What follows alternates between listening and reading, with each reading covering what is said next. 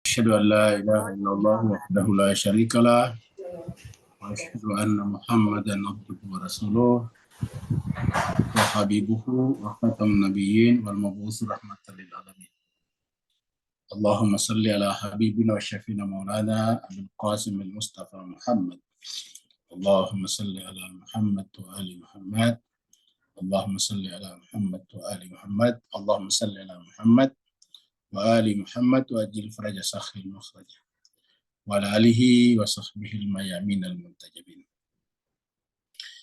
Masyiral muslimin, Bapak Ibu yang sangat berbahagia, kita bersyukur kembali dengan syukur yang setinggi-tingginya karena Allah Jalla yang memberikan izin kepada kita untuk bersua dan untuk belajar bagaimana caranya menata hati kita dengan menghadap-hadapkannya dengan pasangannya, yaitu Allah Subhanahu wa Ta'ala.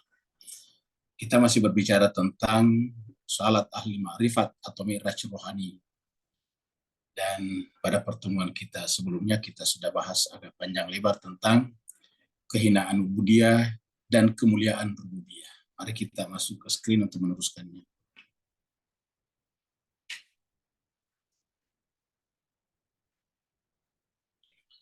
Jadi terakhir kita di sini nih, ya ini adalah pembahasan rububiyah dan ubudiyah.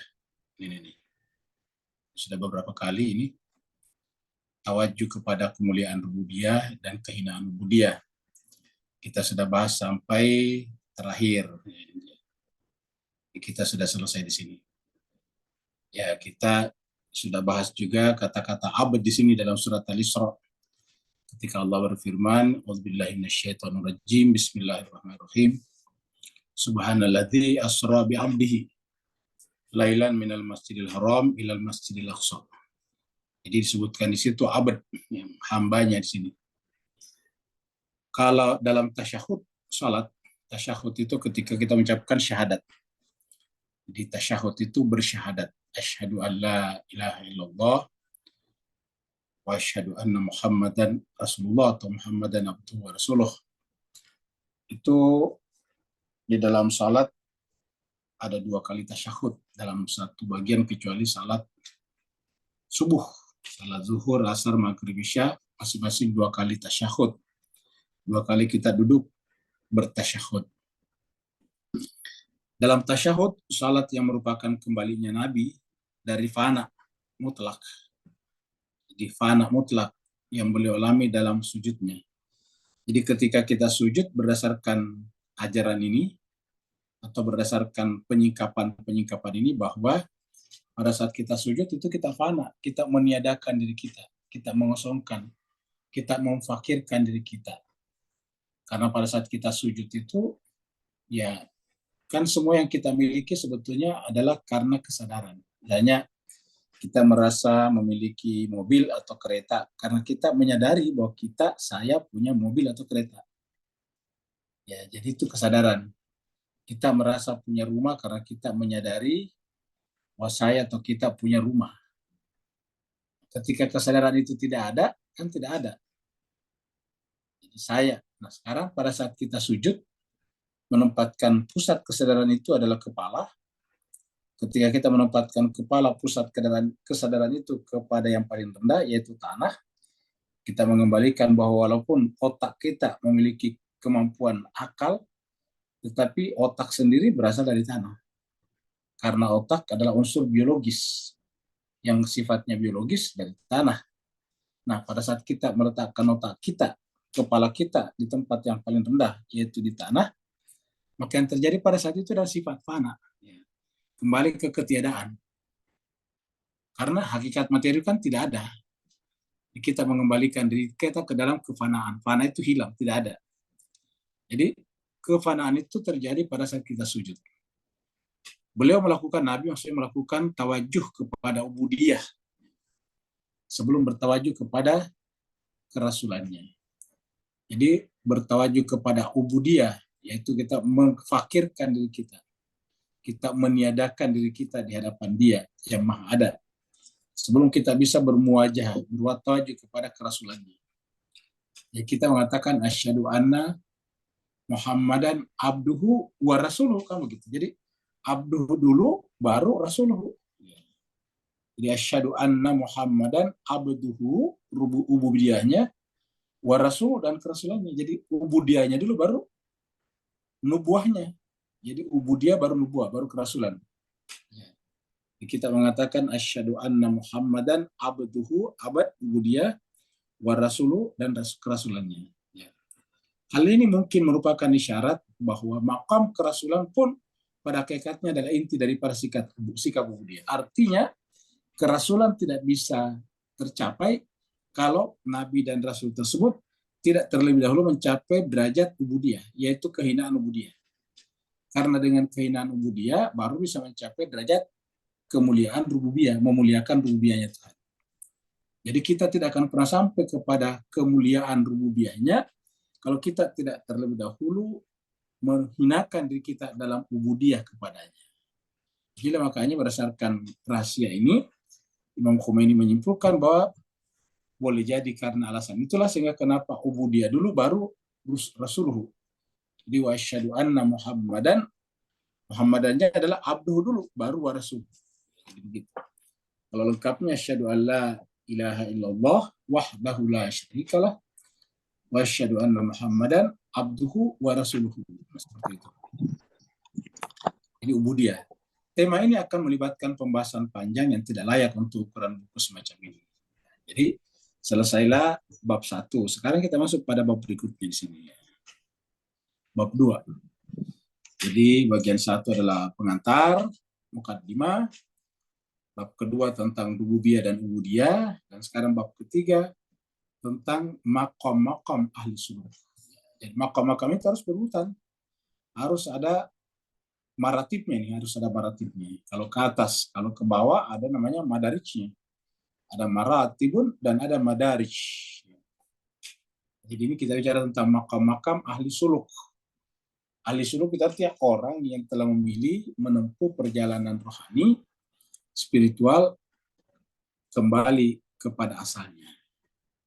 Seperti mana kata-kata inna lillahi wa inna ilaihi rajiun.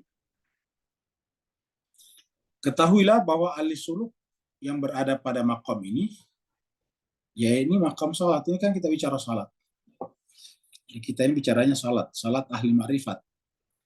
Jadi kata Imam Khomeini, ketahuilah bahwa ahli suluk yang berada pada makam ini, yakni makam salat dan macam-macam dan makam-makam lainnya dan macam-macam makam lainnya memiliki tahap-tahapan menaik. Jadi ada tingkatan-tingkatan, tahapan-tahapan, ada steps, ada stepnya. Ya. Jadi ada step ke atas, ada step ke bawah. Ya. Jadi ada step up, ada step down. Kalau steps up-nya namanya maratib. Kalau steps down-nya namanya madarij. Kalau step-nya menaik, kalau step-nya menaik, ini dia. Maka disebutlah dengan maratib. Sedangkan kalau step-nya menurun, disebutlah dengan madarij. Jadi kalau tahapan-tahapannya naik, jadi steps up, maka kemudian maratib. Kalau steps down, namanya madarij. Yang tak terbilang, maksudnya banyak sekali. Nah, cuma sekali aja kalau kita bikin 7 itu hanya sekedar menyederhanakan. Dalam satu level bisa bertingkat-tingkat lagi. Jadi gradasi maratib dan madarij ini sama dengan gradasi warna. Gradasi itu gradation, tingkatan-tingkatan, grade. Jadi tingkatan-tingkatan itu banyak sebetulnya. Jadi kita berpindah dari satu warna ke warna lain. Sebetulnya banyak tuh warna-warna transisinya. Sedikit demi sedikit baru sampai kepada warna cerahnya atau ke warna tajamnya. Jadi ada tahapan-tahapannya. Yang dikatakan di sini tak terbilang, artinya saking banyaknya. Sebagian diantaranya akan saya sebutkan secara global, kata Imam Khomeini, secara global saja. Mengingat pengetahuan tentang seluruh aspek dan penyelidikan atas semua urutan makam ini adalah sesuatu yang amat sulit dan di luar kemampuan saya. Lihatlah seorang Imam Khomeini yang menurut kita adalah wali zaman ini, ulama terbesar di abad 20 dan 21, yang pernah lahir dan ada di tengah-tengah kita, menggunakan kata-kata ini di luar kemampuan saya. Coba, begitu sederhananya. Kalau Imam Khomeini saja mengatakan di luar kemampuan saya, gimana dengan kita ini? Jadi, sebagian diantaranya akan saya sebutkan secara global saya, secara umum, seperti pertanyaan Pak Burhan tadi. Ya, kita wajib mempelajari ilmu-ilmu seperti ini, tapi karena kita tidak mau spesialisasi, kita tidak akan mengajar, kita tidak menempuh jalan untuk menjadi ulama besar, ya, tapi perlu kita pelajari secara global juga, secara umum, kayak tadi pilot. Pilot itu adalah secara global saja. Tidak perlu tahu alamat orang-orang di dalam satu kota. Cukup dia tahu, oh yang di bawah ini Makassar, yang di bawah ini adalah Palu, yang di bawah ini adalah Kinabalu, yang di bawah ini adalah Kuala Lumpur. Ketahuan. Tetapi tidak perlu menguasai seluruh kota Kuala Lumpur, KL. Kalau ingin menguasai kota, kalau ingin menjadi misalnya tukang pos officer, maka kemudian ya dia harus menguasai Kuala Lumpur. Karena kalau namanya tukang pos kan harus tahu alamat-alamat. Apalagi menjadi sopir taksi driver misalnya. Ya dia harus tahu. Ya. Kita mau jadi sopir taksi di Singapura, ya kita harus tahu jalan-jalan di Singapura. Nah, kenapa? Karena kita ingin beraktivitas di situ. Dan kalau cuma pilot saja, ya tidak perlu tahu Singapura seluk-beluknya. Cukup kita tahu dari atas, oh ini di bawah namanya Singapura. Tidak perlu tahu jalan-jalannya, gang-gangnya, dan sebagainya. Tidak perlu kita tahu di mana tempat kulinernya yang bagus. Nggak perlu. Kenapa? Karena kita cuma ingin tahu sebagai pilot dari atas. Namanya helikopter view. Ya, biasanya sudah helikopter view ataukah bird view, pandangan burung. Ya, seperti itu. Jadi itu global. Jadi perlu global. Kenapa? Supaya kita bisa mengetahui posisi kita. Seperti contohnya tadi sore kita belajar tentang perjalanan intelektual Mullah Sadra. Untuk apa kita lakukan? Untuk mengetahui apakah kita sudah berada pada track keberagamaan, terutama berahlul baitan yang benar. Kan kita ingin seperti itu.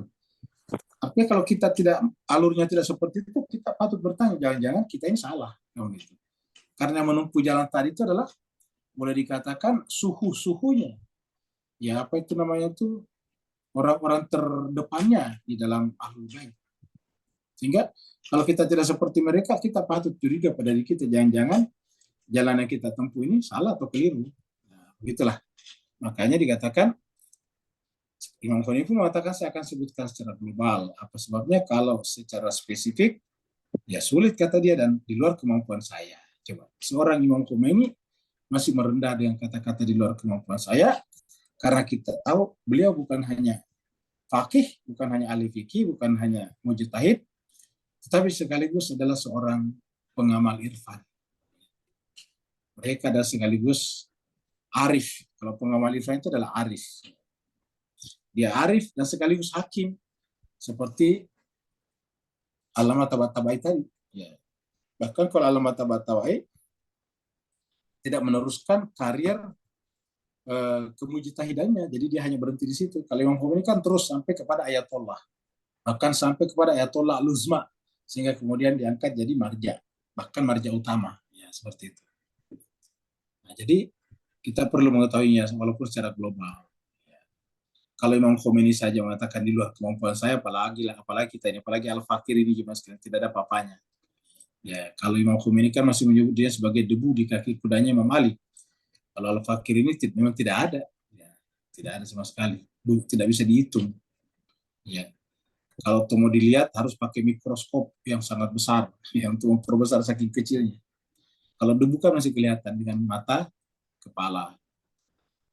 Nah, kita katakan ini mengutip hadis Nabi ini. Hadis Nabi ini diambil dari, sayangnya tidak ada catatan kakinya nanti belakang ini. 1. Jalan menuju Allah sebanyak jumlah nafas makhluknya. Coba. Jadi jalan menuju Allah itu sebanyak jumlah nafas makhluknya. Jadi makanya kita tidak perlu mengecam atau menghalang-halangi orang lain dengan menempuh jalannya sendiri. Artinya apa? Ada orang yang hanya menempuh jalan ibadah, ubudiyah saja, banyak beribadah. Ada juga menempuh jalan pengetahuan, banyak belajar, banyak berilmu. Ada juga menempuh jalan tasawuf, irfan. Ada juga menempuh jalan akhlakul karimah, moralitas. Dengan banyak menolong misalnya orang lain, banyaklah. Ya. Ada juga dengan cara berkhidmat kepada sesama. Ya, jadi banyak jalan menuju ke sana. Ya. Makanya kan di dalam Al-Quran dikatakan bahwa kalau kita nanti masuk surga, malaikat-malaikat masuk menjumpai kita dari berbagai pintunya, mingkul libabin, jadi tiap-tiap pintu. Apa artinya? Pintu itu setiap kebaikan ada pintunya. Jadi setiap kebaikan yang kita lakukan di dunia punya pintu surganya nanti di akhirat. Makanya di dalam Al-Quran dikatakan malaikat masuk pada tiap-tiap pintu. Coba kita lihat di sini surat Ar-Ra'd. Surat Ar-Ra'd itu surat yang ke-13.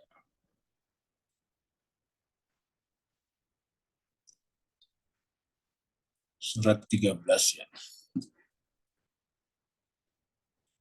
Sekitar ayat 21. Itu kecilan ya.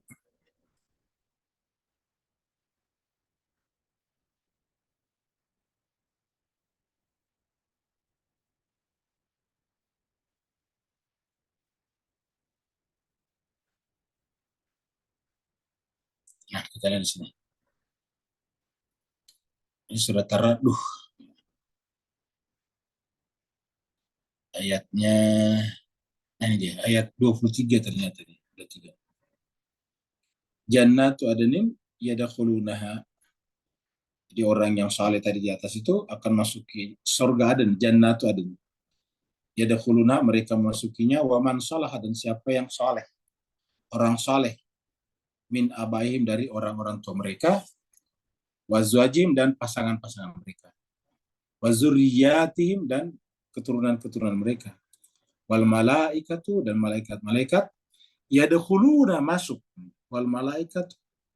Jadi mereka berkumpul di dalam surga Aden bersama dengan abaihim, azwajihim, dan zuriatihim, orang tua mereka, bapak ibu mereka, moyang mereka, wazwajim, pasangan mereka, suami istri mereka, kemudian wazuriatihim, dan zuriat keturunan mereka, wal malaikatu, dan malaikat-malaikat, yadkhuluna, masuk, alaihim, kepada mereka, maksud menjumpai mereka, min kulli babin. Jadi min kulli bab, dari tiap-tiap pintu, kan berarti banyak pintunya. Karena dikatakan min kulli babin. Jadi kenapa banyak pintunya? Karena satu kebajikan, satu pintu. Seperti dalam ayat ini, pernyataan ini tadi. Jadi dia bisa masuki seperti ini. Jalan menuju Allah sebanyak jumlah nafas makhluknya. Jadi jalan menuju Allah sebanyak jumlah nafas makhluk. Jadi kita boleh saja berbicara bahwa datang kepada Allah itu harus dengan pengetahuan yang lebih luas, universal. Tapi pada saat yang sama kita tidak boleh mengecam atau menghinakan orang lain yang menempuh salah satu jalan, karena boleh jadi jalan yang ditempuh itu yang cocok bagi dirinya. Ya. Sedangkan kita menempuh jalan yang lain, seperti itu. Ini hadis Nabi. Salah satu urutannya adalah berilmu pengetahuan. Jadi coba perhatikan. Jadi terjawab lagi pertanyaan-pertanyaan selama ini. Ya ini. Jadi berilmu pengetahuan ini. Salah satu urutannya, ingat. Salah satu urutannya. Jadi urutan itu kan berarti sini maratib. Jadi berarti ini adalah step up. Ya, step up, yaitu naik ke atas. Tahapan-tahapan menaik, maratib. Nah, salah satu urutannya yang penting dan utama adalah berilmu pengetahuan. Karena apa? Karena ayatnya turun pertama kali adalah Iqra, bacalah, belajarlah. Jadi ilmu pengetahuan ini menjadi penting sekali, Pak Ustaz. Ilmu pengetahuan ini adalah merupakan investasi terbesar setiap orang. Jadi siapa yang tidak bersungguh-sungguh belajar, berpengetahuan, berarti tidak bersungguh-sungguh investasi untuk masa depannya. Harusnya kita berinvestasi dengan masa depan, yaitu pengetahuan, karena pengetahuan yang ada pada diri kita akan terbawa pada saat kita mati. Kalau kita punya harta tidak terbawa, mobil, kereta tidak terbawa, motor, sepeda tidak terbawa, tanah, ladang tidak terbawa, ya, rumah, toko, kedai tidak terbawa, istri, suami tidak terbawa, anak-anak, cucu-cucu, kakek-kakek yang tidak terbawa semuanya.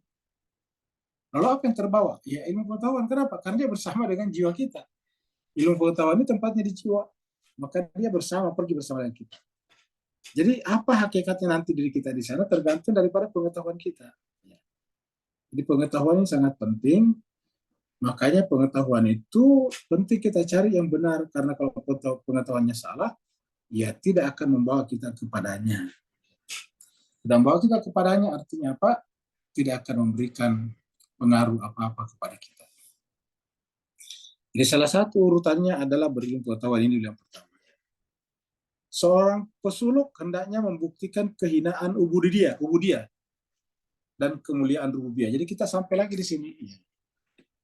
Jadi harus salah seorang pesuluk di sini harus membuktikan kehinaan ubudiyah dan kemuliaan rububiyah.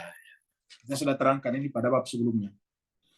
Jadi seorang pesuluk itu harus membuktikan bahwa dirinya itu adalah hina dalam ubudiyah dan Tuhan itu adalah mulia dalam rububiyahnya. Jadi kita tidak ada apa-apanya. Kita harus fakir. Nah, seperti juga dikatakan Sokrates pada pembahasan kita tadi siang di pesantren Khatamun Nabiyyin, bahwasanya Sokrates pun berpendapat bahwa cinta itu harusnya nothing, bukan something. Karena kalau dia something, apalagi yang diinginkan kan sudah ada, sudah something. Harusnya cinta kita itu adalah nothing. Karena nothing, dia ingin mendapatkan sesuatu. Dia mencari sesuatu, itu yaitu Tuhan. Jadi, kemudian rububiyah secara ilmiah dan dengan dalil-dalil filosofis. Jadi ulangi lagi, seorang pesuluk hendaknya membuktikan kehinaan ubudiyahnya dan kemuliaan rububiyah secara ilmiah dengan dalil-dalil filosofis. Nah, inilah yang menyebabkan kita harus belajar tadi. Secara ilmiah dan dengan dalil-dalil filosofis. Nah, inilah yang menyebabkan kita ke sini. Jadi ini adalah hasil daripada ini. Jadi, kalau kita tarik ke bawah, ya kita katakan ini adalah hasil dari ini. Nah, berilmu. Inilah hasil daripada ini.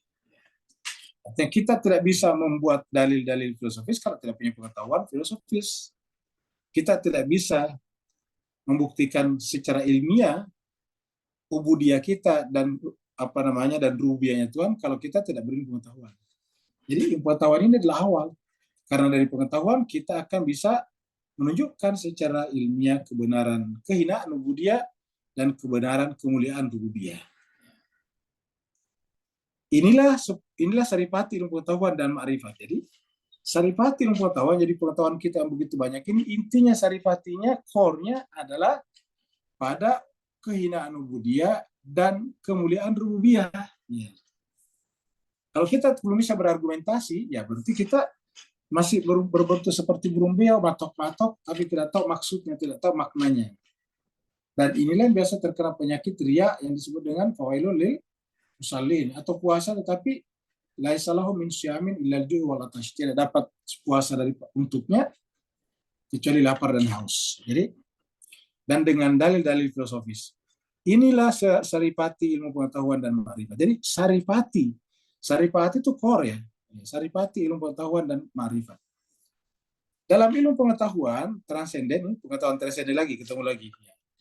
Jadi kita ketemu lagi di sini pengetahuan transendennya. Ketemu lagi di sini pengetahuan transenden. Pengetahuan transenden tadi adalah hikmah muta'aliyah. Jadi makanya kita katakan Imam Khomeini itu juga adalah boleh dikata tajalliyat daripada Mullah Sadra di abad modern sekarang. Jadi dia adalah merupakan seakan-akan Mullah Sadra hidup kembali. Di dalam ilmu pengetahuan transenden ini al-hikmah muta'aliyah ternyata ada di belakang sini ya.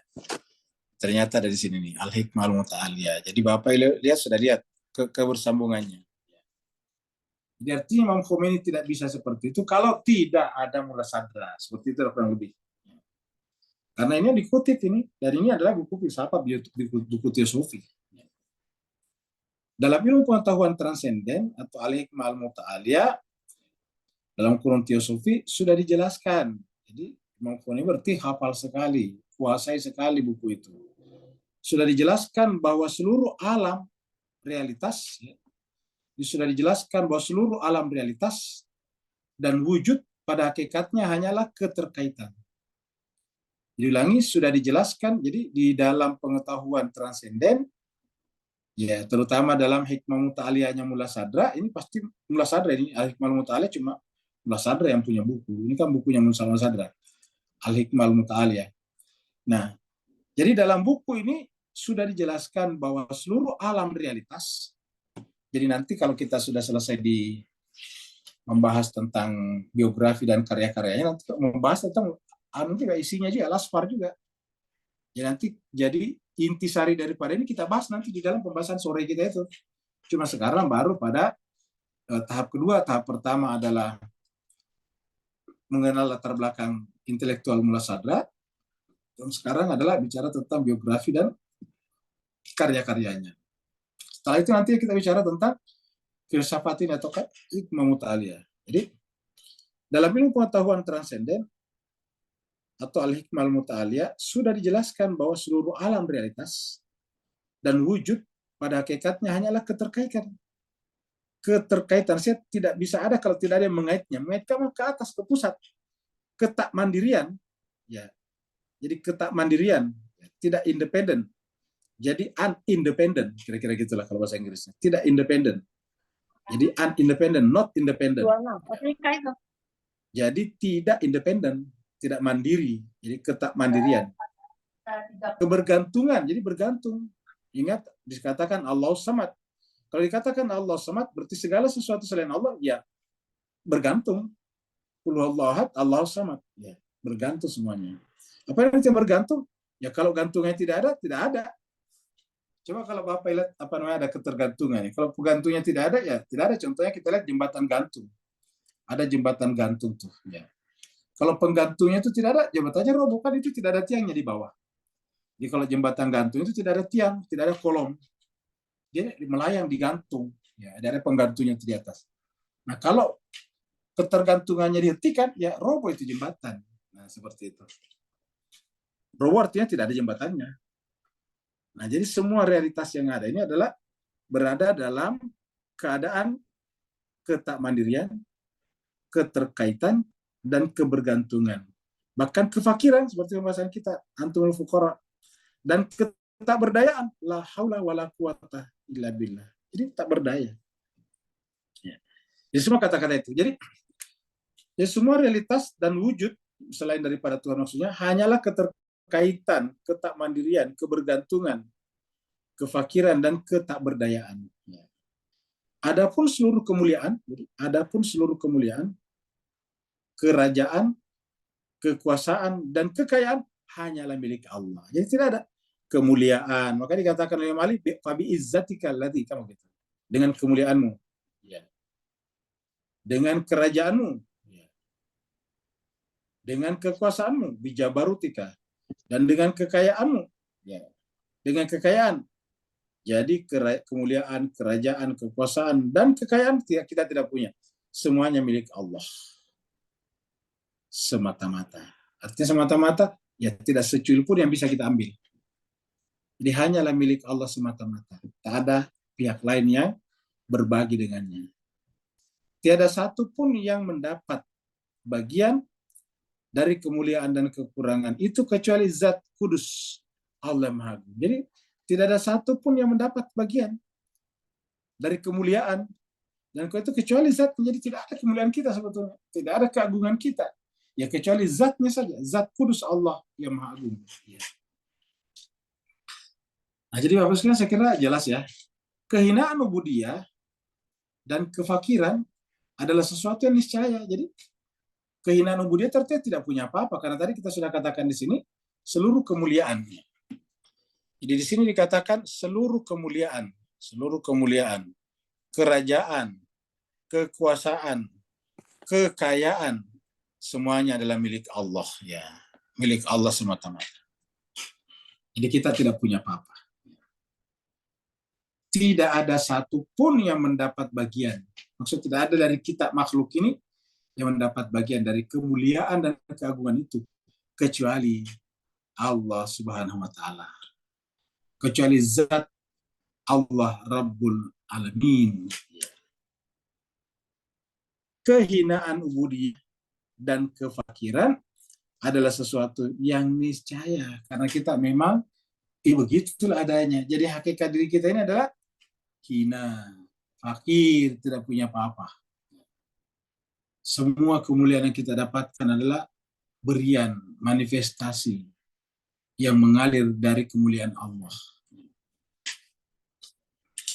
Jadi kehinaan ubudiyah dan kefakiran adalah sesuatu yang niscaya dalam esensi segenap wujud selain Allah. Bahkan inti irfan, jadi bahkan inti irfan dan syuhud. Irfan dan syuhud.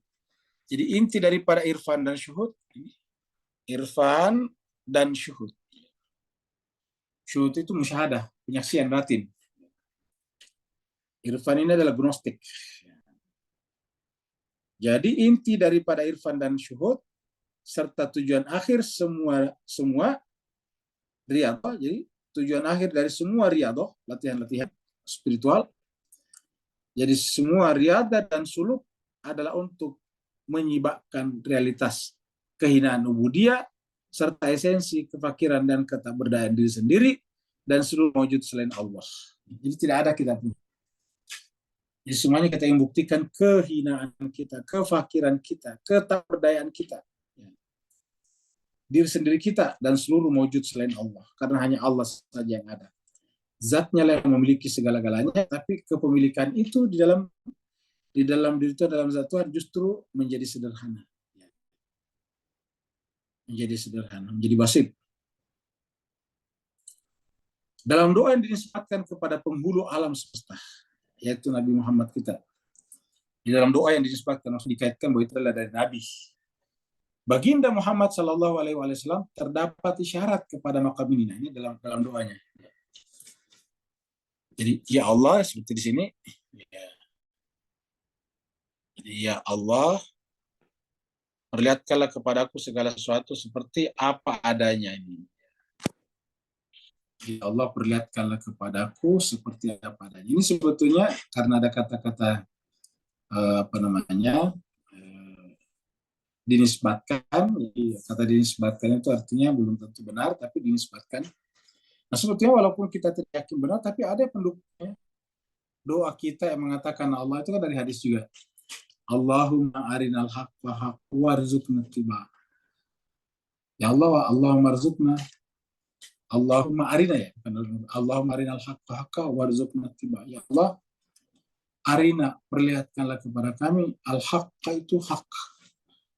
Kebenaran. Warzuqna, dan berikan kepada kami kemampuan untuk mengikutinya. Warinal batila warzuqna jitinabah. Tunjukkan juga kepada kami kebatilan itu sebagai kebatilan.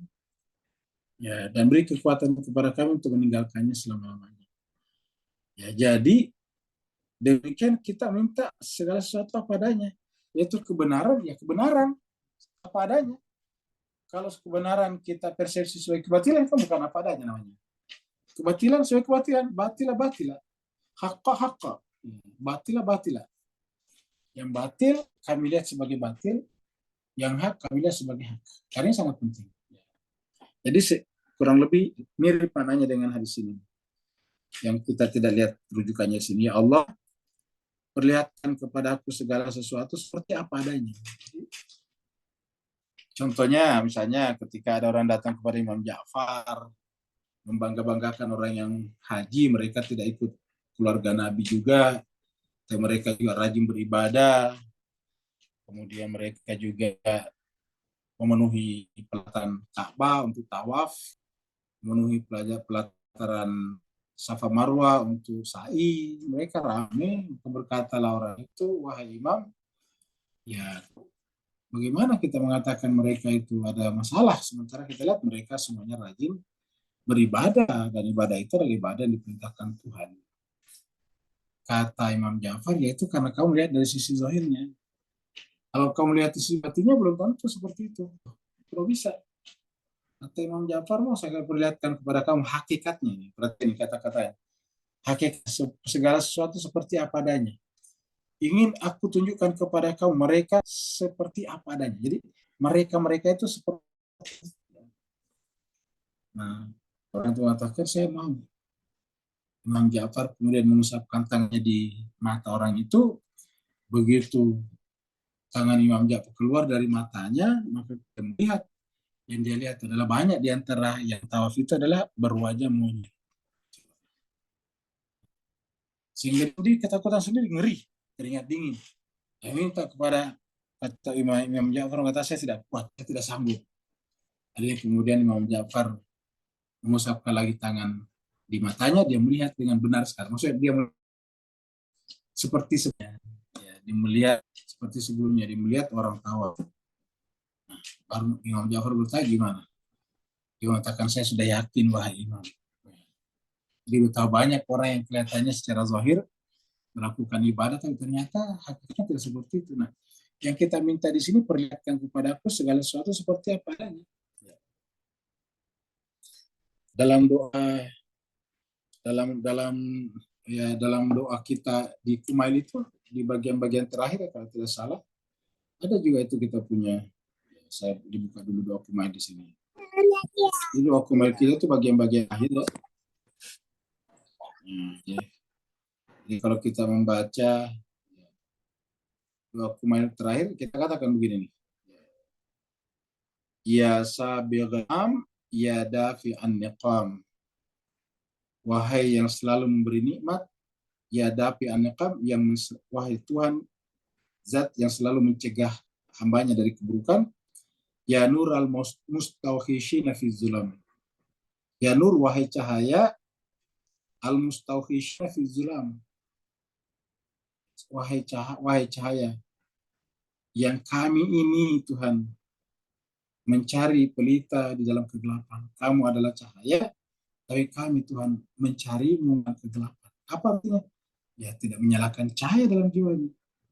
Jadi al-mustawhishina fi zulam, yang banyak dicari oleh orang yang justru zalim, gelap hatinya.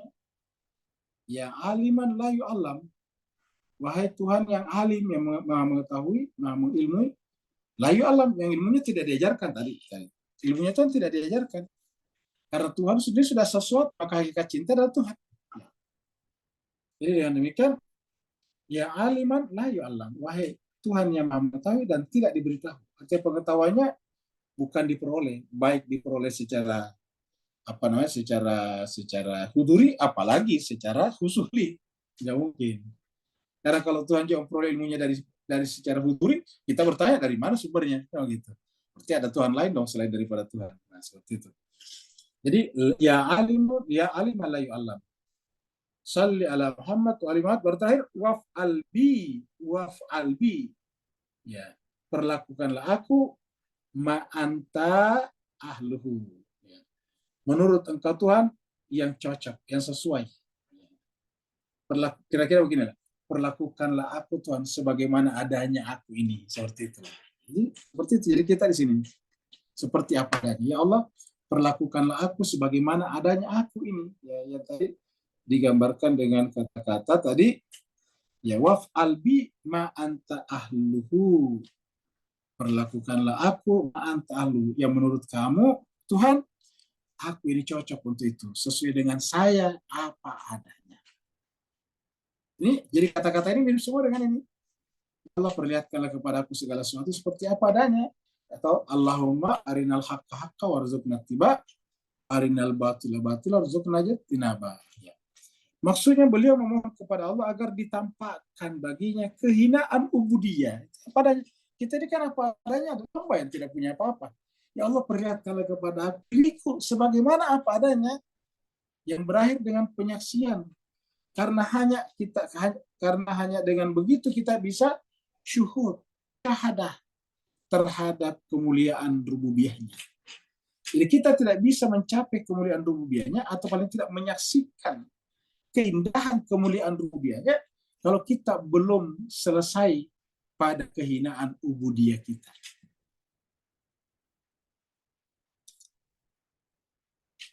Kita tambah sedikit. Pesuluk jalan hakikat dan pengembara jalan ubudiyah yang telah menempuh urutan ini secara keilmuan dan menggembara dalam bahtera pemikiran, secara otomatis akan terperangkap dalam hijab ilmu, dan dengan demikian dia telah tiba di makam pertama kemanusiaan.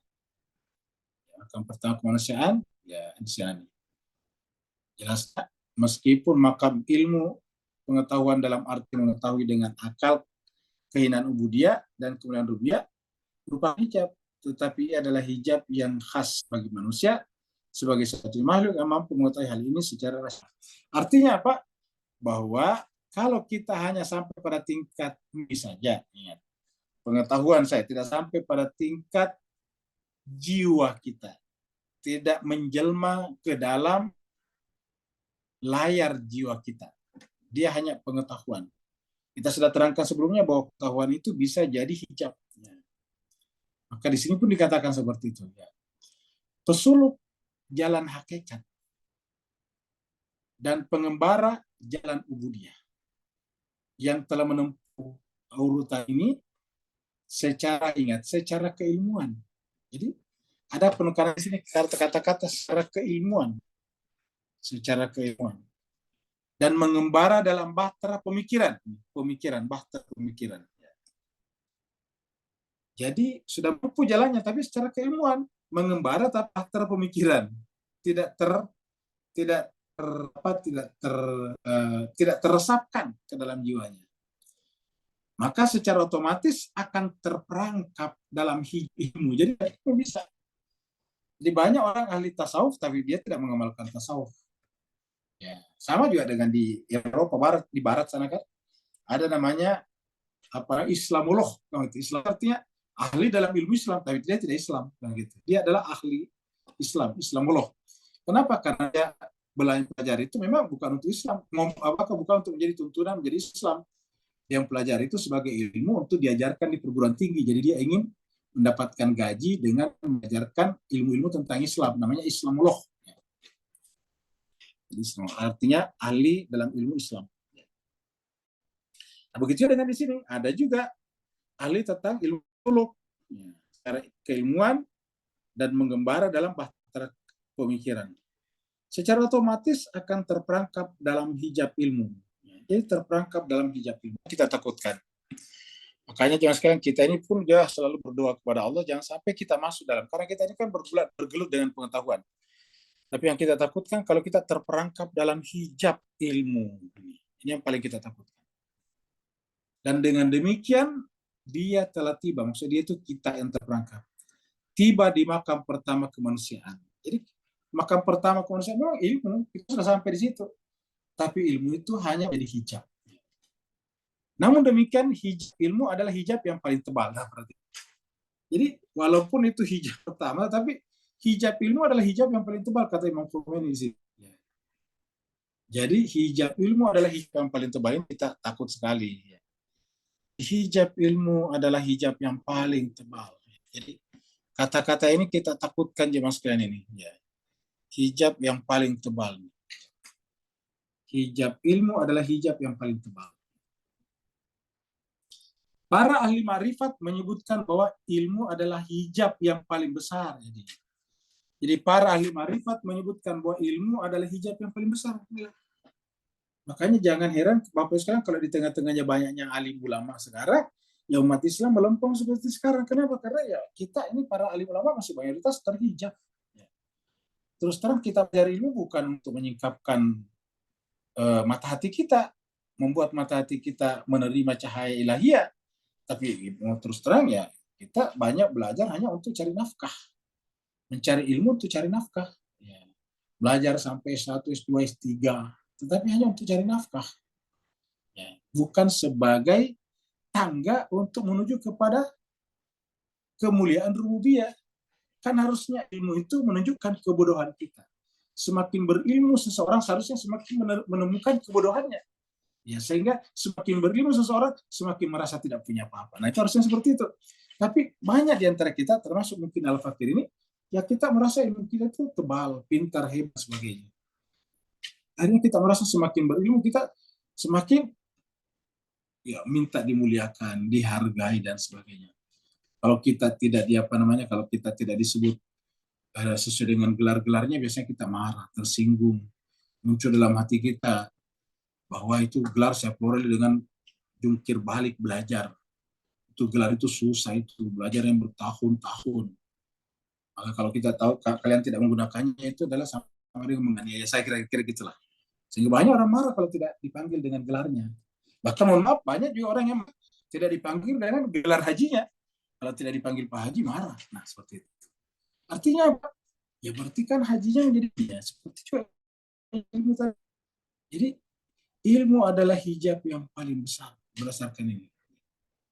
Ini statement yang perlu kita ini perlu tegasin, yaitu bahwa ilmu ada hijab yang paling besar. Ilmu adalah hijab yang paling besar. Sehingga seorang pesuluk tidak boleh berlama-lama menetap di makam ini. Jadi ilmu itu di makam ilmu tidak boleh berlama-lama di situ. Kita harus naik ke atas, menggunakan ilmu itu sebagai tangga. Ingat, menggunakan ilmu itu sebagai tangga untuk sampai kepada dia, untuk naik kepada makam berikutnya. Karena tadi makam itu kan ke atas, step up-nya itu kan ada maratibnya, ada tingkatannya. Ya. Dia harus segera mengoyakkan hijab tersebut. Coba. Nah, inilah beratnya Pak sekalian kita sebagai orang yang berpengetahuan. Kita wajib belajar, tapi sekaligus harus mengoyakkan hijab pengetahuan itu. Ini luar biasa apa ajaran kata-kata Imam Khomeini di sini. Karena banyak kan sering sekali kalau kita menjadi merasa sebagai ulama, sebagai ustadz, asatidz, guru, terkadang kita mempergunakan posisi kita sebagai ulama, guru dan sebagainya untuk merendahkan, menghinakan, memperalat dan sebagainya pihak lain. Sangat berbahaya. Jadi jemaah sekalian berbahagia kalau para penempuh suluk, itu luar biasa kalau kita dengarkan cerita-ceritanya. Orang seperti itulah Bahjat yang mengajar dengan berpuluh-puluh tahun, dikatakan tidak pernah marah. Begitu sabarnya luar biasa. Pernah suatu saat marah, itu dia minta maaf kepada yang dimarahinya, dengan pada marahnya wajar, minta maaf, dan kemudian dia menutup rasa bersalahnya itu dengan berpuasa 40 hari. Coba yang luar biasa. Dia menghukum dirinya. Jadi inilah yang masih sebagai, karena sering sekali itu rasa pengetahuan kita sebagai guru, sebagai apa gitu, tiba-tiba merasa dengan itu kita bisa mendikte orang lain untuk memenuhi terutama kehendak-kehendak dan keinginan kita. Makanya Imam Khomeini mengatakan dia harus segera mengoyakkan hijab tersebut dan melampauinya. Ingat bahwa sekalian, ini kata Imam Khomeini. Ya, kita sebut sebagai wali terbesar di abad ini, di abad ini. Jadi dia harus segera mengoyakkan hijab tersebut dan melampauinya harus naik ke atas kayak Miraj.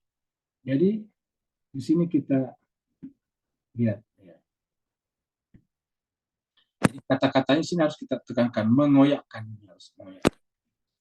dia harus segera mengoyakkan. Mengoyak itu merobek. Dia harus segera mengoyak, membuat sobek hijab tersebut dan melampauinya. Kalau dikoyak, apa artinya? Ya, menjadi tidak beri kayak uang. Coba uang, kalau dikoyak, dirobek, kan tidak ada nilainya lagi. Coba Bapak Ibu sekalian ambil uang $100, yang paling besar kan $100 yang kita tahu. Ya, $100 itu kalau disobek-sobek sampai kecil-kecil ya nggak ada nilainya lagi. Kalau Indonesia begitu berharganya dolar, bahkan agak kusut saya sedikit tukar di money changer, ya harga itu membayarkan kusut aja. Begitu dimuliakannya dolar di Indonesia ini. Kusut saya sedikit harganya itu luar biasa. Di mana-mana negara yang namanya uang, mau kinclong, mau kusut, sama saja nilainya. 100 ya 100, 50 ya 50, kira-kira gitu. Jadi dia harus segera mengoyakkan hijab tersebut dan melampauinya. Apabila dia merasa puas dengan makam ini, apabila dia merasa puas dengan makam ini dan memenjarakan kalbunya dalam jeruji ini, dalam jeruji apa? Pengetahuan tadi, hijab pengetahuan. Jadi apabila orang itu merasa puas dengan makam pengetahuan, ya, dan bahkan memenjarakan kalbunya dalam jeruji ini, maka mungkin sekali dia akan mengalami istidraj. Jadi bukan bukan ke atas, bukan maratib, tetapi madarij. Madarij itu salah satu dengan istidraj. Jadi istidraj itu dari kata madarij tadi di atas. Jadi tadi di atas permulaannya ini maratib dan madarij. Jadi kalau dia naik maratib, kalau dia turun madarij, istidraj, dari kata istidraj. Jadi makanya dikatakan di sini ada orang yang dengan pengetahuannya bukannya ke atas, bukannya steps up, tetapi dia step down. Bukannya progresif, tetapi regresif. Nah, seperti itu. Harusnya kan kita progres. Ini bukan progres tapi regres. Dia justru mundur dengan ilmunya, dengan pengetahuannya. Makanya dikatakan kita harus segera mengoyakkan hijab tersebut dan melampauinya. Apabila dia merasa puas dengan makam ini dan memenjarakan kalbunya dalam jeruji ini, maka mungkin sekali dia akan mengalami istidraj. Istidraj. Apa yang terjadi kalau kita istidraj, Bapak sekalian? Kita berlindung Allah jangan sampai terjadi di sini ya. Jangan sampai kita masuk dalam perangkap istidraj ini ya. Istidraj. Proses menurun ke tahap di bawahnya, yakni kembali kepada makam kebodohan. Coba. Secara zahir dia pintar, tapi sebetulnya makam kebodohan. Iya. Dan bukan hanya makam kebodohan, tapi Allah bisa memberikan sesuatu yang sangat memilukan kehidupan kita. Kita lihat kata-kata istidraj di sini. Ya. Kita buka misalnya di dalam surat Al-A'raf. Ya. Surat Al-A'raf. Ya. Yang ke-7. Surat Al-A'raf. Ayat 180. Ya. Kita mulai dari 181. Wa mimman khalaqna ummatin. Dan di antara manusia itu kami ciptakan satu umat. Apa fungsinya, tugasnya? Yahduna bil haq, memandu manusia dengan kebenaran. Wabihi, dan dengan kebenaran ini ya'dilu, menegakkan keadilan. Walladzina kadzabu, tapi orang-orang yang kadzabu. Kita sudah terangkan sebelumnya, kalau dikatakan surat An-Najm, maka kadzabal fuadu mar'a. Berarti apa? Fuadnya tidak terhijab lagi terhadap apa yang dilihatnya. Jadi maka kadzabal fuadu secara bahasa artinya fuadnya tidak mendustakan lagi apa yang dilihatnya. Tidak mendustakan berarti menyaksikan seperti apa adanya kan gitu. Jadi kita artikan maka kadzab itu artinya tidak terhijab lagi. Nah, di sini walladzina kadzabu, adapun orang-orang yang menghijabi dirinya sendiri bi ayatina, sehingga tidak bisa menyaksikan ayat-ayat kami, sanastadrijuhum, maka kami akan istidrajkan mereka. Sanastadrijuhum, beransur itu istidraj artinya terjadi madarij, turun sedikit demi sedikit turun. Terjadi regress, terjadi step down. Sanastadrijuhum, kami akan istidrajkan mereka min haitsu, dari arah layak yang tidak mengetahui. Kan nauzubillah min dzalik. Kita tidak tahu kalau kita sebutnya turun istidraj. Sanastadrijuhum min haitsu la ya'lamun. Dari arah kita tidak ketahui, kita merasa masih di atas, makamnya kita makam pengetahuan, dan ternyata kita sudah menjadi orang bodoh seperti kata Imam Khomeini di sini. Dia sudah kembali kepada makam kebodohan.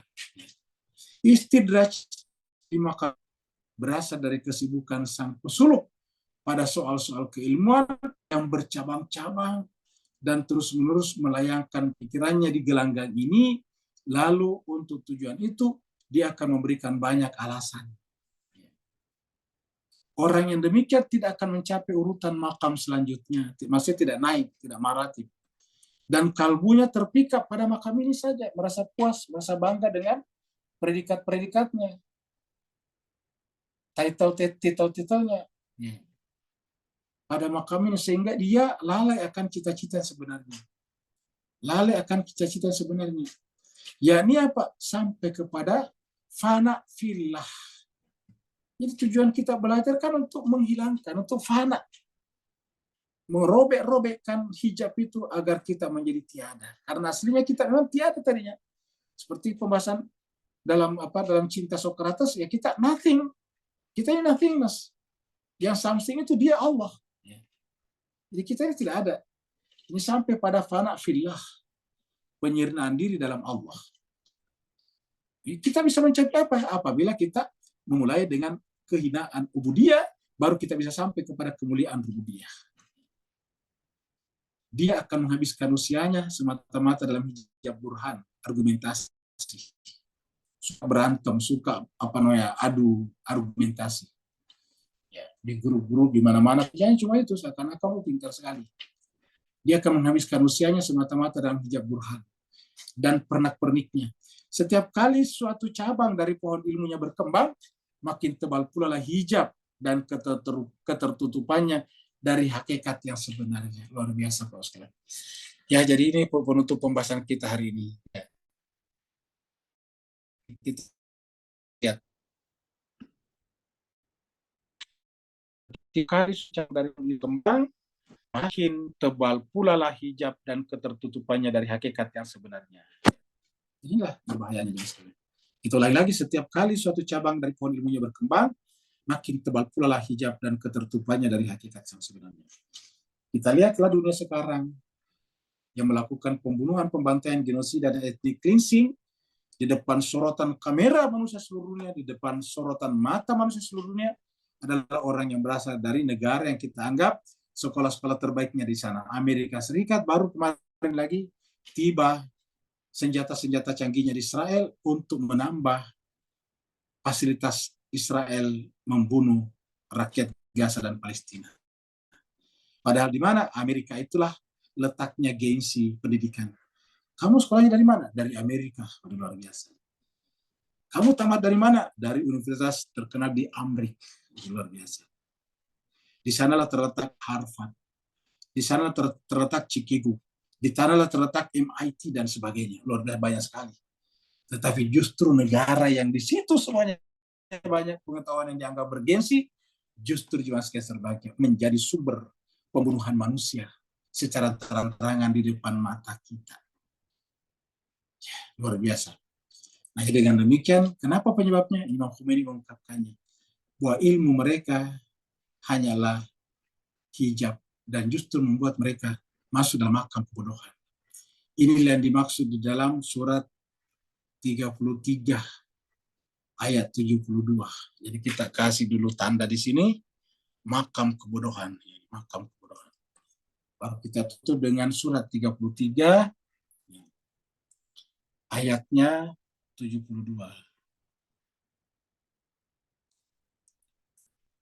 70 ini satu dari terakhir. Apa kata Allah? Inna aradnal amanah. Kami telah menawarkan al-amanah, amanah alas samawati wal ard, kepada langit wal ard, dan kepada bumi, wal jibal, dan kepada gunung. Apakah amanah itu? Amanah itu adalah instrumen pengetahuan, akal, kesadaran akliyah, kesadaran intelektual. Abaina, tetapi langit, bumi, dan gunung-gunung tidak mau menerimanya. Menerima apa? Ayah milha, untuk memikulnya. Dia tidak mau, dia menolak, dia enggan untuk memikulnya. Washfakna, lalu kami ambil. Proposal itu kami cabut. Kami berikan kepada yang lain. Minha, kami cabut daripadanya. Lalu siapa memikulnya? Wahamalah al-insan. Yang bisa memikulnya adalah al-insan. Tetapi apa kata Tuhan? Innahu kana zaluman jahula. Tapi sayangnya, pengetahuan yang merupakan result, hasil daripada menggunakan fasilitas akal dan pengetahuannya, menjadikannya terhijab yang tebal, sehingga dia menjadi semakin zalim, gelap, dan jahula, bodoh. Zalumah di sini gelap. Ya. Kemudian jahula, bodoh. Nah inilah. Justru banyak orang yang dengan pengetahuannya tadi menjadi zalim dan bodoh, jahil, bodoh. Kita tentu berlindung dari Allah, dari hal seperti ini. Semua kita jangan sampai masuk di sana. Makanya kita minta supaya kita diberikan ke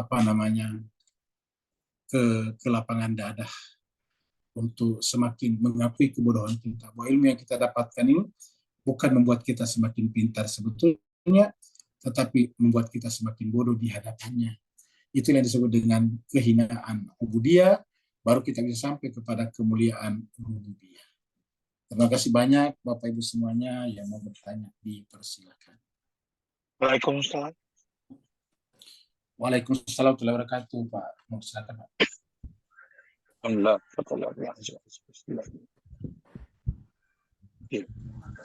Baik, ya, Ustaz. Kembali pada solat zahir dan batin tadi, Ustaz. Ketika berlaku penyatuan Muhammad Ahmad ke makam Mahmud tadi itu, beri pencerahan aku yang zahir tadi dalam proses maratib, lalu madaris tadi yang berlaku dalam salat. Ketika aku yang zahir tadi tuju aku yang batin tadi. Bagaimana untuk capai pada fana di mana aku yang zahir tadi kembali kepada pengakuan dia tiada dan aku yang batin tadi menjelma ada, supaya kita dapat pelajari bagaimana untuk tuju maratib dan mengelakkan madarik tadi. Barakallahu fiikum. Terima kasih banyak Pak Nur atas pertanyaannya. Jadi Bapak Ibu jemaah sekalian, ini kita sudah sebutkan tadi dua tadi. Alur, ada ke atas, ada ke bawah. Dan salat ini sebetulnya adalah kendaraan untuk ke atas. Tetapi pada faktanya ada orang ke bawah. Di satu pihak Nabi mengatakan salat itu mi'raj. Mi'raj itu kan berarti maratib, naik ke atas, steps up. Ya. Tetapi ada juga Al-Quran mengatakan fawailul lil musallin. Nah, berarti kan ke bawah. Ya, dia istidraj. Dia madarij. Ya. Jadi ada orang yang salatnya mi'raj, melepaskan diri dari alam materi sehingga bisa terbang seperti burak sampai kepada Sidratul Muntaha. Tapi pada saat yang sama ada orang yang dengan salatnya itu justru ke bawah, madarij, sehingga disebut dengan fawailun lil musallin. Dan ini bukan hanya salat, tapi ibadah-ibadah yang lain seperti itu. Jadi ada orang yang salatnya tidak membawanya ke atas, tapi membawanya ke bawah. Nah, di mana ini jemaah sekalian berbahagia? Yaitu seperti yang ditanyakan tadi Pak Nur, bahwa rahasia salat kita sebetulnya adalah maratib. Dari alam Muhammad menuju kepada alam Ahmad. Menuju kepada Hamid. Jadi, apa artinya alam Muhammad? Di sini tidak boleh ada kita yang kita puji apapun. Akhlak, perbuatan, sholat, puasa, haji. Tidak boleh ada yang ditujukan pujiannya kepada diri kita. Kita tidak boleh merasa telah benar sholat kita. Telah benar puasa kita. Ini dari sisi rohani. Telah benar haji kita. Tidak boleh.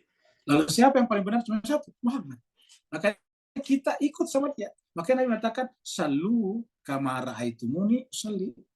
Salatlah kalian seperti kalian melihat aku salat. Jadi kita cukup mengikuti dia. Hakikat salatnya, Nabi lah yang paling sempurna. Kita tidak sampai ke sana. Salat kita masih yuraun, cuma pengen dilihat saja. Dan sejujurnya memang masih pengen dilihat. Pengen dilihat orang tua, pengen dilihat suami atau istri, pengen dilihat anak, dan sebagainya. Kita salat kita ini cuma masih seperti itu. Sama tadi dengan pengetahuan kita, ilmu kita cuma mau disebut dengan ini. Cuma disebut dengan gelar-gelarnya saja. Sehingga nanti kemudian di tengah masyarakat dapatkan penghormatan. Ditinggikan tempat dan kedudukannya oleh masyarakat. Jadi sampai di situ. Akhirnya kita tidak sampai pada makam. Jadi makam Muhammad pun kita tidak capai. Karena makam Muhammad itu artinya kita menyadari bahwa hanya dia saja, Nabi Muhammad saja. Ya. Secara zahir yang bisa menjadi uswatun hasanah. Apa arti uswatun hasanah? Ya kita belum sampai ke sana. Jadi uswatun hasanah dia di depan, itu yang kita tuju. Yang namanya uswatun hasanah itu kan cita-cita, dreams kita. Pengen menjadi seperti itu. Ya, itu namanya cita-cita. Itu namanya dream kita. Ya. Itu impian kita menjadi seperti itu. Kalau untuk sampai kepada makam itu saja kita belum bisa, lalu bagaimana bisa sampai kepada makam Ahmad? Nah, inilah jemaah sekalian. Ya. Dan untuk mencapai makam Muhammad itu tadi belajar dulu, ilmu dulu pertama kali. Tetapi makam ilmu ini juga berbahaya. Ketika kita merasa bangga dengan ilmu kita tadi, kita terpenjara dalam jeruji makam itu. Istilahnya tadi Imam Khomeini. Nah, jadi setelah kita berhasil melepaskan diri kita daripada alam, bukan makam ya, alam Muhammad, baru kita bisa naik kepada alam berikutnya, alam Ahmad. Alam sifat, alam rohani di sana. Ahmad itu kan sifat, jadi sifatnya, karakternya sudah berubah, kualitasnya sudah berubah. Jadi baru itu, sudah mempengaruhi jiwa kita.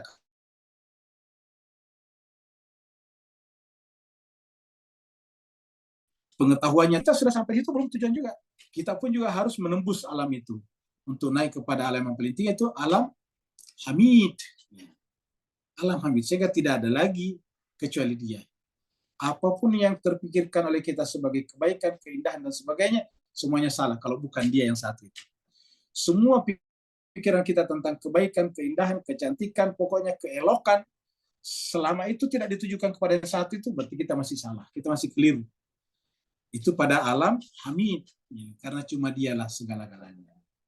Itulah yang disebut dengan alhamdulillahirabbil alamin. Nah, jadi jemaah sekalian berbahagia, kalau begitu kenapa menggunakan kata Ahmad dari kata Hamidah? Ahmad Hamidah, Hamid Hamidah, karena memang persoalan terbesar adalah selalu merasa selalu pengen dipuji. Inilah perkara paling berat bagi kita pesuluk pemula apa beginners, yaitu selalu pengen dipuji. Kita ingin dalam hati kita supaya dipuji kita orang berilmu, dipuji sebagai orang berakhlak baik, dipuji sebagai orang yang jujur, dipuji sebagai ini dan semuanya ada pamrih-pamrih kita ingin dipuji, ingin disanjung. Begitu kita tidak dipuji, disanjung, mungkin hati kita kecut. Hati kita kemudian menjadi muram durja. Nah, berarti kita masih terpenjara. Istilahnya tadi Imam Khomeini, terpenjara dalam jeruji makam pengetahuan. Berikutnya lagi. Assalamualaikum Ustaz. Waalaikumsalam warahmatullahi wabarakatuh. Silakan Ustaz. Ustaz. Mohon pendalamannya aja Ustaz soal tadi itu apa? Ilmu pengetahuan itu merupakan apa? Hijab paling tebal ya Ustaz ya. Iya, kata Imam Khomeini tadi ya.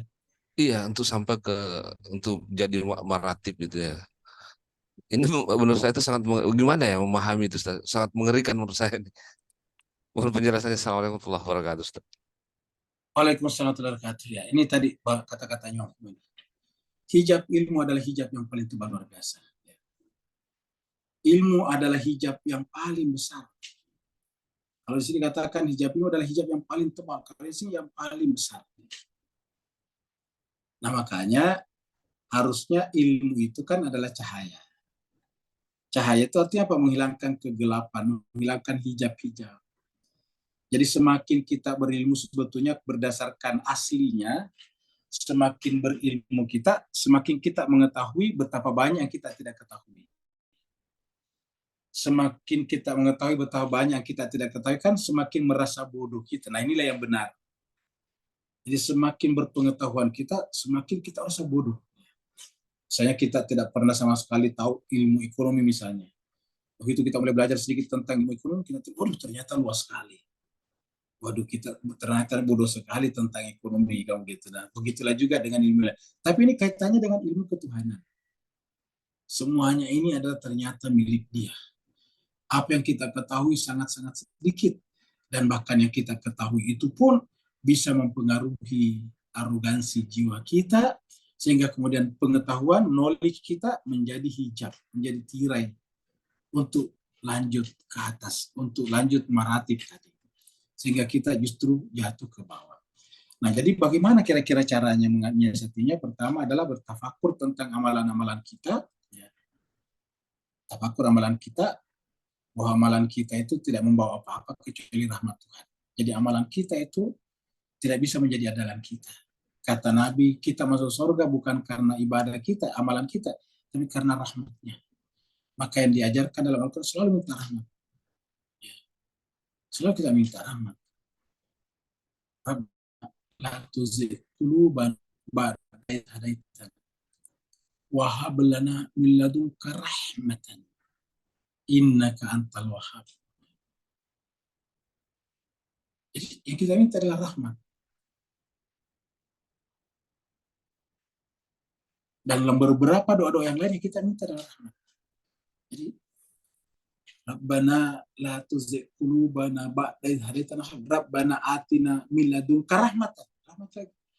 Rabbana atina min ladunka rahmatan wa hayyi lana min amrina rasyad.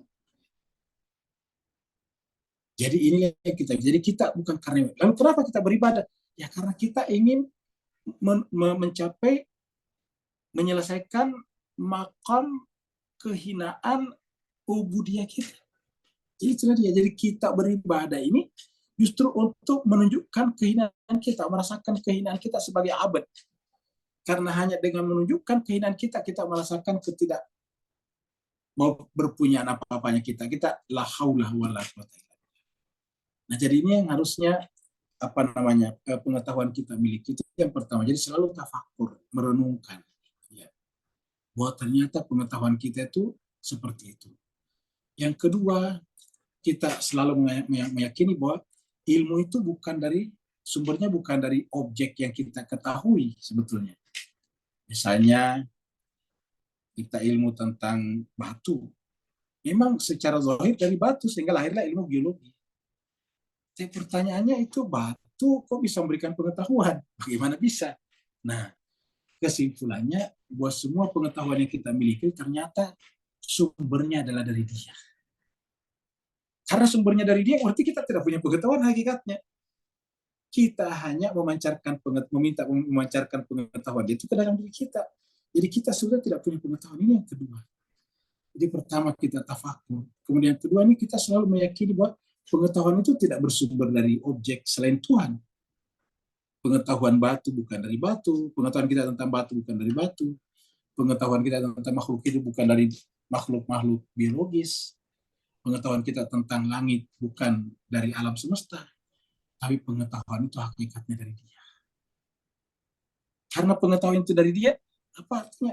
Dialah yang memancarkan cahaya pengetahuan itu ke dalam jiwa kita. Dan tidak boleh kita mengalamatkan pengetahuan itu pada diri kita. Begitu kita mengalamatkan pengetahuan itu berasal dari diri kita, menjadilah dia hijab. Jadi pengetahuan ini dari Tuhan. Tuhan kalau ingin mengubah kita, bisa. Makanya kan di dalam surat apa itu? Surat Al-A'la. Mari kita lihat surat Al-A'la ya. Sabbih isma rabbil a'la, sabbih isma rabbikal a'la. Ya. Itu ada di sana kata-kata yang menarik ya. Surat Al-A'la, sabbih isma rabbikal a'la 87. Jadi mulai daripada sabbih isma rabbikal a'la. Alladzi khalaqa fasawwa. Jadi dialah yang menciptakan fasawwa lalu menyempurnakan ciptaan itu. Walladzi qaddara fahada. Dan dialah yang qaddar memberikan kadar fahada lalu memberikan semacam guidance di dalam segala sesuatu untuk menuju kepada Tuhannya kembali. Walladzi, dan dia juga akhrajal mar'a, mengeluarkan semua tumbuh-tumbuhan. Faja'alahu ghusan akhwa. Lalu kemudian tumbuh-tumbuhan itu berubah. Ada yang jadi kering, lalu kemudian hancur hitam. Sanuqri'uka, namanya dia. Sanuqri'uka. Kami akan membacakan kepadamu. Nah, apa artinya kami membacakan? Sanuqri'uka. Kan berarti ilmu ini bukan dari kita. Ternyata kalau kita membaca, hakikatnya Allah bacakan kepada kita.